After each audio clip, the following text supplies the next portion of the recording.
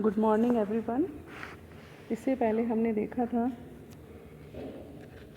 कि kinetic gas equation का derivation किस प्रकार से करते हैं और उसके डिफरेंट पोस्टुलेट्स क्या क्या हैं।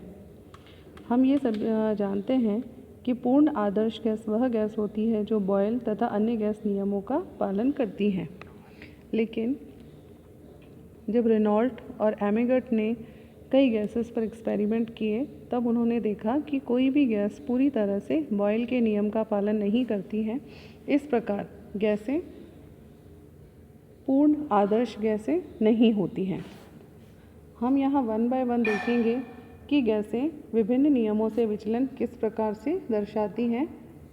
सबसे पहले हम देखते हैं बॉयल के नियम से डेविएशन किस प्रकार होता है।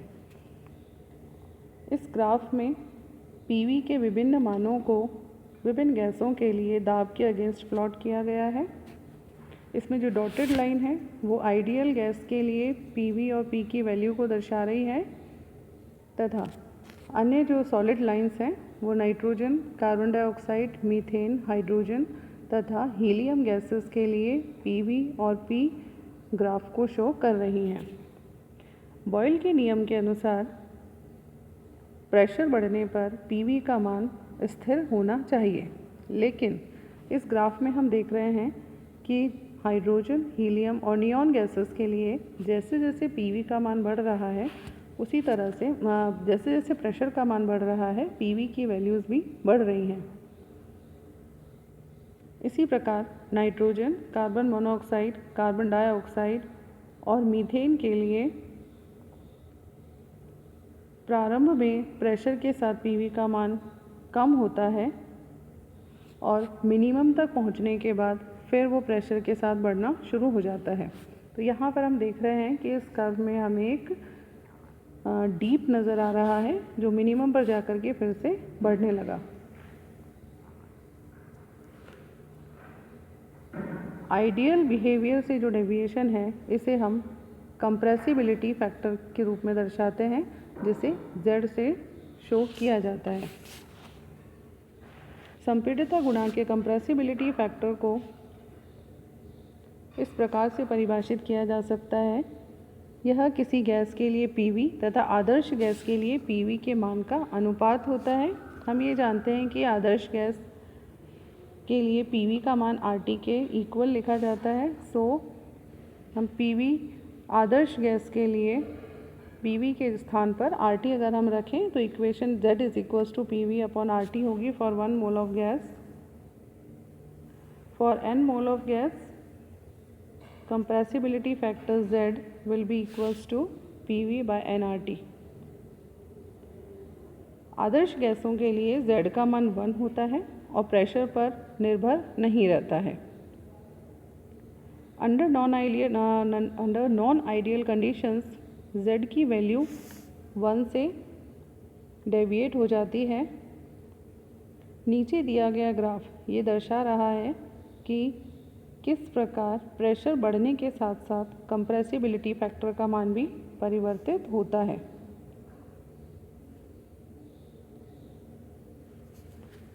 आदर्श गैस के लिए इस ग्राफ को प्रेशर के साथ समानांतर बिंदु रेखा से दर्शाया गया है।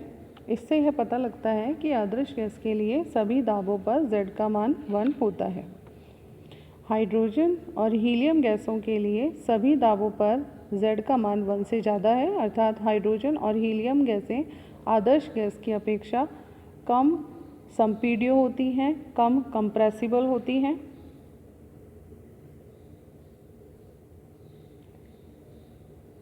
गैसेस के लिए जो अट्रैक्टिव फोर्सेस का मान है वो उनकी प्रकृति के साथ साथ चेंज होता जाता है। हाई प्रेशर्स पर जो रिपेलिंग फोर्सेस हैं वो ज़्यादा प्रभावी होते हैं। अत्यंत कम दाबों पर गैसों के संपीड़ितता गुणांक के मान लगभग 1 के निकट होते हैं, जिससे ये पता चलता है कि अत्यंत कम दाबों पर गैस आदर्श व्यवहार करती हैं। P यानी दाब के शून्य मान के लिए सभी गैसों के संपीड़ितता गुणांक 1 के बराबर होते हैं, जिससे उनके आदर्श व्यवहार का पता लगता है। At very high pressures, Z is greater than 1 for all the gases. इन परिस्थितियों में गैसें आदर्श गैस की तुलना में कम संपीड्य होती हैं। मध्यम श्रेणी के कम दाबों पर कार्बन मोनोऑक्साइड, मीथेन और अमोनिया जैसी गैसें आदर्श गैस की तुलना में अधिक संपीड्य होती हैं। दूसरे शब्दों में PV का मान PV आदर्श से कम होता है और इसलिए Z इज़ लेस देन 1। इसका सीधा सीधा कारण यह है कि कम दाबों पर लॉन्ग रेंज आकर्षक बल ज़्यादा प्रभावी होते हैं और वो संपीड़न में या कंप्रेशन में सहयोग करते हैं। दाब के बढ़ने के साथ साथ संपीड्यता गुणांक घटता जाता है और एक निश्चित दाब पर निम्नतम होकर दाब के बढ़ाने से फिर बढ़ने लगता है। इस अवस्था में गैसें आदर्श गैस की तुलना में कम संपीड्य हो जाती हैं, अर्थात PV आदर्श से अधिक हो जाता है और इसलिए Z का मान 1 की तुलना में बढ़ जाता है। यहाँ मीथेन और कार्बन मोनोऑक्साइड गैसेस उच्च दाबों पर आदर्श गैस की अपेक्षा में विशिष्ट विचलन प्रदर्शित करती हैं, वहीं अमोनिया गैस कम दाबों पर भी अधिक विचलन दिखाती हैं।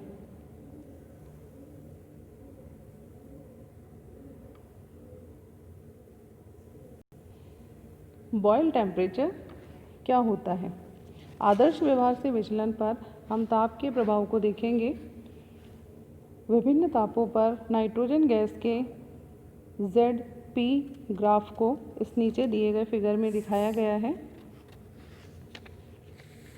लो टेम्परेचर्स पर जो आकर्षण बल हैं वो नोटिसेबल होते हैं, जबकि हाई टेम्परेचर पर क्योंकि अणुओं की गति अधिक होती है इसलिए इंटरैक्शन कम होता है। वह ताप जिस पर ये सारी अभिक्रियाएं मतलब यह सारा प्रक्रम होता है उसे हम बॉयल टेम्परेचर कहते हैं, यानी कि वह ताप जिस पर वास्तविक गैस एक एप्रिशिएबल प्रेशर रेंज में आदर्श गैस के नियम का पालन करती हैं, बॉयल ताप या बॉयल बिंदु कहलाता है। इसे हम TB से डिनोट करते हैं। प्रत्येक गैस के लिए इसका मान भिन्न होता है। हीलियम के लिए TB की वैल्यू 23 केल्विन, एयर के लिए TB की वैल्यू 347 केल्विन तथा कार्बन डाइऑक्साइड के लिए इसकी वैल्यू 715 केल्विन होती है। इस ताप से नीचे Z का मान पहले घटता है और मिनिमम पर जाने के बाद फिर से बढ़ने लग जाता है। 50 डिग्री सेंटीग्रेड से ऊपर Z का मान दाब के बढ़ाने से निरंतर बढ़ता जाता है। बॉयल ताप भिन्न भिन्न गैसों के लिए भिन्न भिन्न होता है।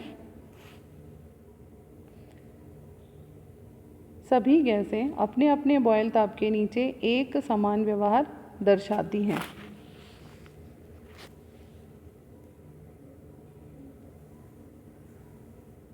Deviation from Charles law.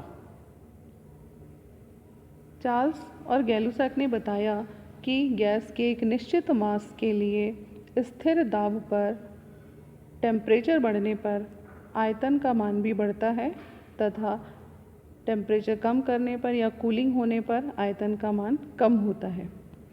उन्होंने ये देखा कि 1 डिग्री सेंटीग्रेड टेम्परेचर बढ़ाने पर गैस का आयतन 1/273.15 तक बढ़ जाता है। एमिगेट के अनुसार यह केवल लोअर प्रेशर पर या निम्न दाबों पर ही संभव है। उच्च दाबों पर गैसेस आइडियल बिहेवियर से डेविएशंस दर्शाती हैं। इसी प्रकार एविगेड्रो लॉ से डेविएशन किस प्रकार होता है? अकॉर्डिंग टू एविगेड्रो लॉ किसी भी गैस का 1 मोल 0 डिग्री सेंटीग्रेड टेम्परेचर और 1 एटमॉस्फेयर प्रेशर पर 22.4 लीटर आयतन ऑक्यूपाई करता है। यह कंडीशन केवल लो प्रेशर्स पर पॉसिबल है। उच्च दाबों पर जो गैसेस हैं उनके हाई बॉइलिंग पॉइंट वाली गैसेस हैं वो हाई प्रेशर पर आइडियल बिहेवियर से डेविएशन शो करती हैं। इस प्रकार की जो गैसेस हैं उनके एग्जाम्पल अमोनिया और मिथाइल क्लोराइड।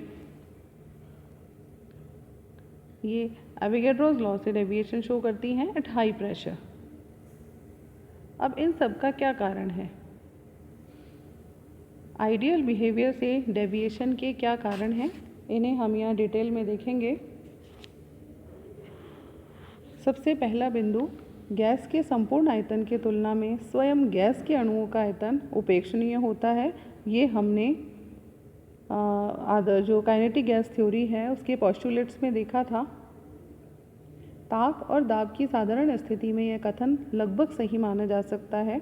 एक एटमॉस्फेयर दाब पर कुछ गैसों के अणुओं का आयतन समस्त गैस के आयतन का लगभग 0.014% होता है, जो कि नेग्लिजिबल है।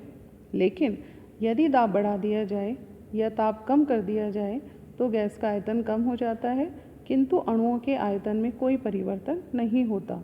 इसलिए अणुओं का आयतन नगण्य मान सकते हैं। लेकिन यदि दाब 1000 एटमॉस्फेयर हो जाए तो अणुओं का आयतन गैस के आयतन का लगभग 14% हो जाता है, जिसे हम नगण्य नहीं मान सकते हैं। दूसरा बिंदु, अणुगति सिद्धांत का एक अभिग्रहित यह भी था कि अणुओं में परस्पर कोई भी आकर्षण बल नहीं होता है। यह बात कम ताप और अधिक दाब पर ठीक नहीं है, क्योंकि ऐसी अवस्थाओं में गैस का आयतन कम होता है और अणु एक दूसरे के अपेक्षाकृत निकट होते हैं। ऐसी अवस्था में गैस के अणुओं में परस्पर आकर्षण बल पाया जाता है। यदि अणुओं में आकर्षण बल नहीं होता तो उनका द्रवीकरण करना संभव नहीं होता। जब किसी गैस का वैक्यूम में प्रसार होने दिया जाता है तो गैस का ताप कम हो जाता है। इसे हम जूल थॉम्सन इफेक्ट भी कहते हैं। जब गैस का प्रसार होता है तो अणु एक दूसरे से अलग होने में आकर्षण बल के विरुद्ध काम करते हैं। इससे ऊर्जा खर्च होती है जो अणुओं की स्वयं की गतिज ऊर्जा से प्राप्त होती है। इस प्रकार उनकी ऊर्जा कम हो जाती है और इसके फलस्वरूप उनका ताप गिर जाता है।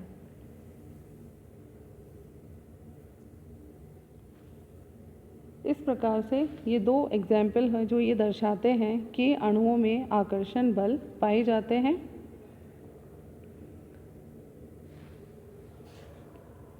यह विषय यहीं पर समाप्त होता है। Thank you.